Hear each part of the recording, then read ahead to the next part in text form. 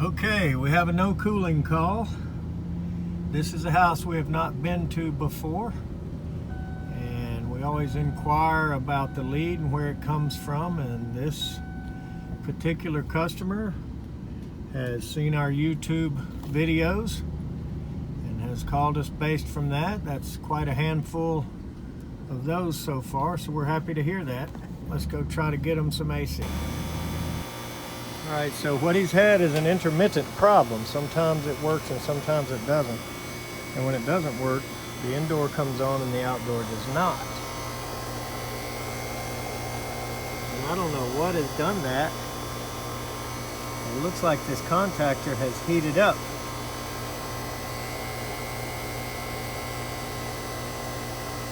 Can't say I've seen that. Oh boy, she's hot as a firecracker right now. So I'd say we're getting a poor connection here, and we're going to change this out. She is fried. So I'm not going to bother taking an amp draw reading on this. We can see that we're getting a really crappy connection. Now we will take a reading on it after we put a new one on it, just to see, make sure it's not one of the components that's causing this. But it's probably just the contacts themselves. That bottom one looks like getting a poor connection, which causes heat. Could even be that, but we're so far gone at this point that it doesn't matter. We're just going to change this contactor and go from there. Alright, so we're going to put him a contactor on this thing and hope that puts an end to it. So this is the one we're going to use. And pretty easy. I know some of the guys that watch these are DIY guys. So, if we can help them, more power to them. But as I've said 100 times, I suggest you call a pro. I'm going to unhook these power wires, and that was not loose. I'm going to unhook those first.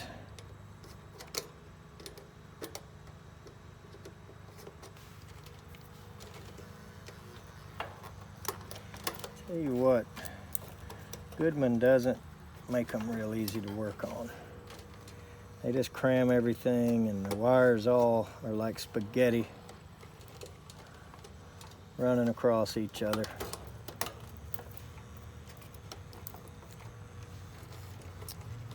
And can't necessarily get these out of your way unless you just unhook them all.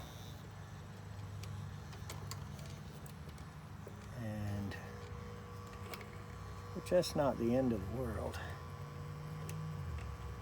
So if you unhook the orange, I'll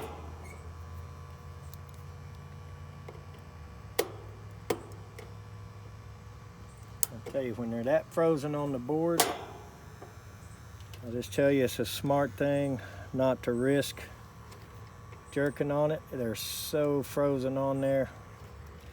When they're that hard to pull off, you don't know what kind of problem you may cause. So if possible, just leave them on, and that's what I'm going to do. So we're going to go cut this thing off, get that contactor unenergized. The customer was standing right there, and he's a pretty nice guy, so just asked him if he would go cut it off for me. So he went to do that. So as soon as this call goes away, we won't have this live 24-volt wire here to have to be careful with.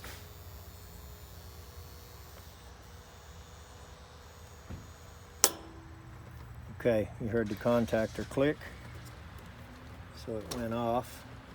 So we'll unhook our two yellows there, and we'll unhook this huge monstrosity of stuff going to the common, which that's one of the reversing wire, that big one. And these other two bluish gray wires are your common, coming from your thermostat and coming from that board or going to that board, whichever way you want to look at it. Now, it's easy to remember these, but if you're going to DIY, just take a picture of it.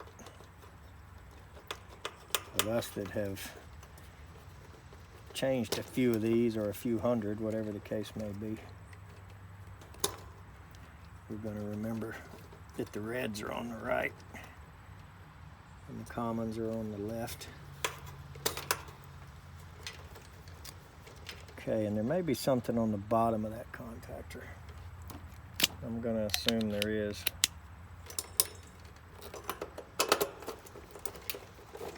So I'll just go ahead and get it loose.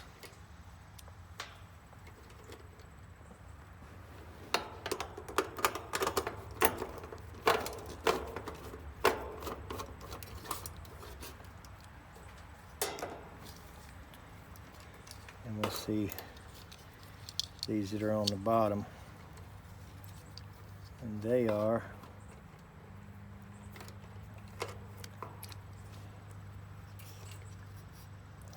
a little bit jacked up. Those two look like a crankcase heater. And this is a black, it's a constant hot. That's going to have something to do with the stupid load control, which we will hook back up since we're here.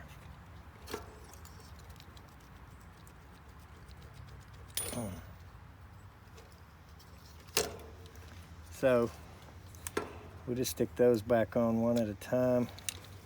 I don't think it matters on that crankcase heater, but put them back like they were. And we'll put the dumb power company's load shed back as well.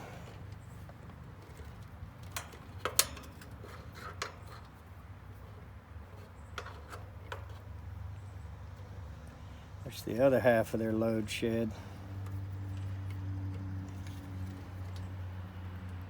That's what that looks like.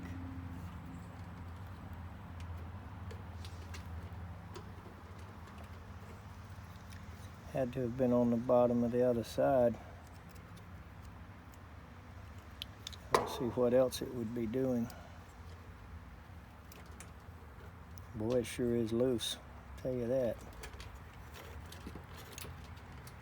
So that stay-con might need to be fixed. And I'll tell you, look at the way Goodman puts this so low down here, where you can't really get to anything to fool with it. So let's go ahead and look at this load shed wire.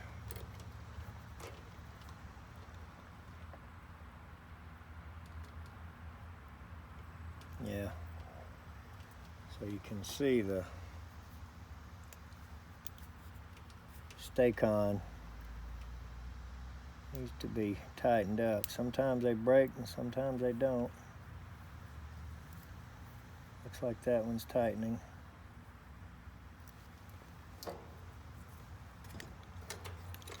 So we should be able to make it stay on.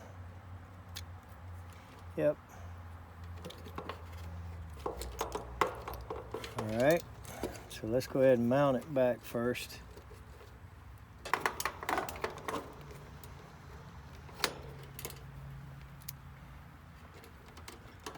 And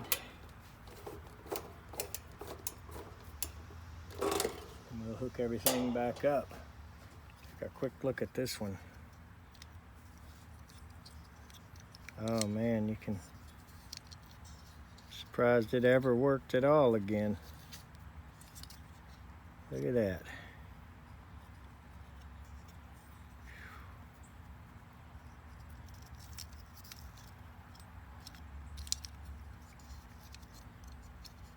Definitely toasted. You want to look at that? I'd say that was the problem. All right. So We had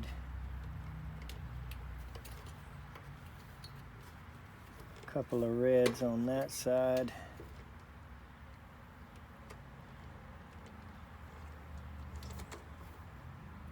We just gotta find them, and hopefully they didn't escape.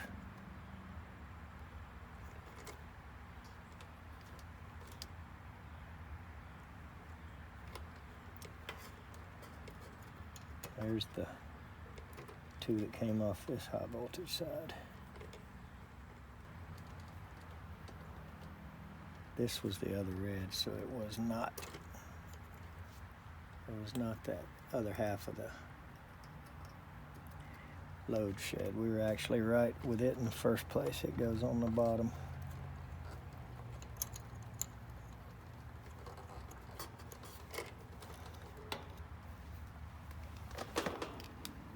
I'll tell you what, man.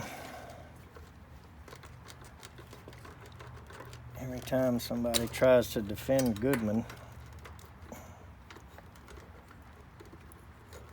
send them to something like this. And this is something that's stupid too. There's no reason to mount that contactor so low like that. There's nothing that makes them have to do it. I mean, it would be very easy for them just to mount it up here. Just another inch, another 2 inches would just make it so much more serviceable and repair friendly. But apparently they just don't care. Now, we have to contend with the spaghetti.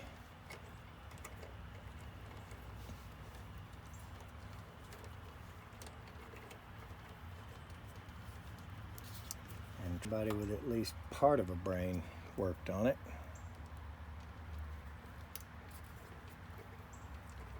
And the only thing Goodman makes easy is they make it easy to buy it, because it's cheap and they'll sell it to anybody.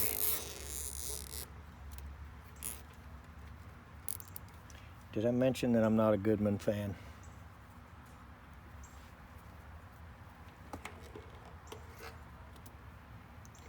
Some of you are a little faster than others at picking up on that kind of stuff, so I just thought I'd reiterate for those that didn't realize it.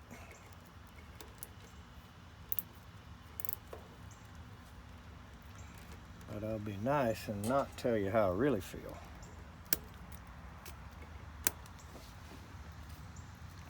But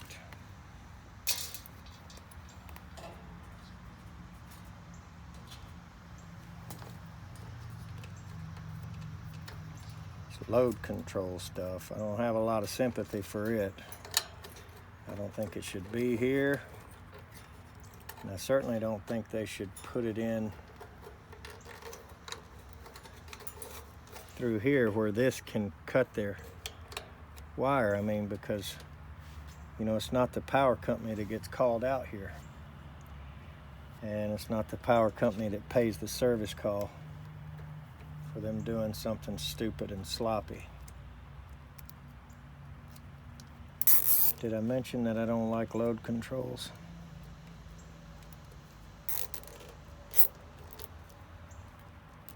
Try to make this look a little better, but in the event that we do that, we don't really make it any easier to work on, because the wires are now all tight and in the way of everything.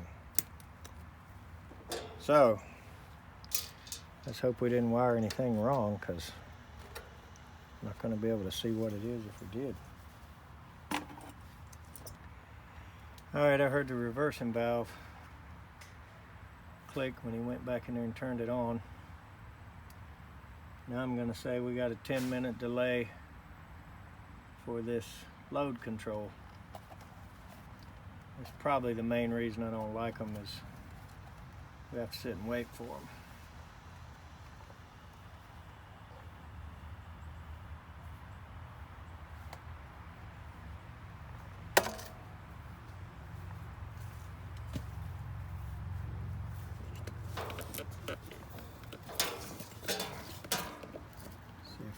show you that. Got a little red light in there.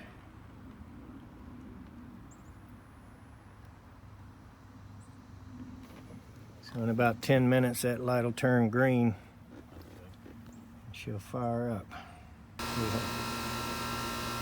Alright, she came on, and this contactor definitely made a little more of a distinct bang when it clicked on. And we got it tightened up in there where it'll look decent. We thought about putting a cap in it, but we're just going to go ahead and leave it. It was running, it was good. And let's see how old this thing is.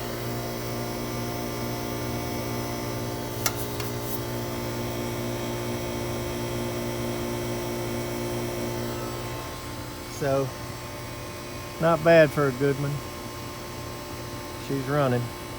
So let's close it up and let them get some cooling going in the house. Alright, she's back to running.